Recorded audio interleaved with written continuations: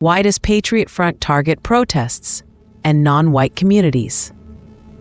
The Patriot Front formed in 2017 right after the violent Charlottesville rally. The violence in Charlottesville destroyed the image of Vanguard America, the hate group involved in the rally.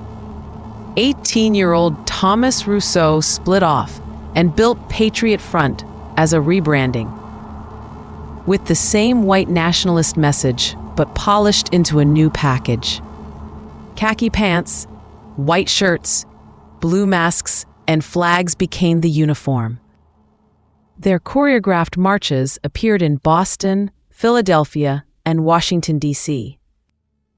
By 2021, watchdog groups reported that Patriot Front produced over 80% of all white nationalist flyers, banners, and stickers in America. The mission was direct: remake the country as a white-only nation. Non-white citizens were written out of the future they imagined. On July 4, 2022, more than 200 members marched through Boston with flags and masks.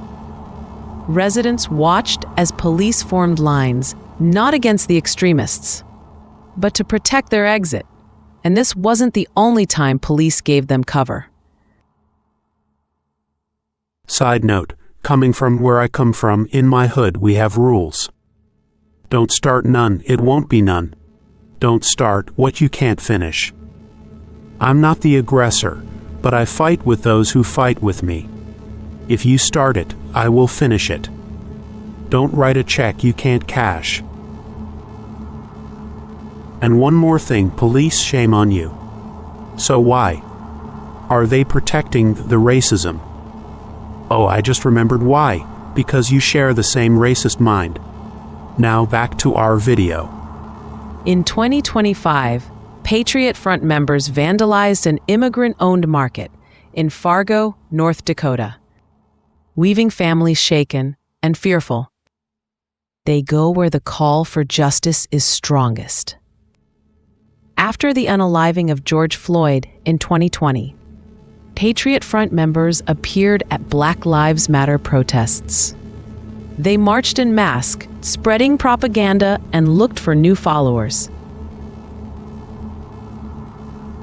How did police shield hate in the streets of Columbus? In November 2024, a chilling scene unfolded in Columbus, Ohio. A masked neo-Nazi faction marched through the Short North neighborhood. Swastika flags waved, black uniforms, and banners made their message unmistakable. Police arrived in seconds. Instead of stopping the marchers, officers held residents back. That gave the extremists room to leave safely. To the community, it looked like protection, not enforcement. The message was clear: authority was on their side. Who are the Boogaloos, and what do they really want? The Boogaloo movement surfaced online around 2019. Wearing bright Hawaiian shirts, layered over body armor became its symbol. At first, it looked like empty jokes online. But behind the memes was a plan for violence. Soon, the talk of civil war escaped the forums and reached the streets.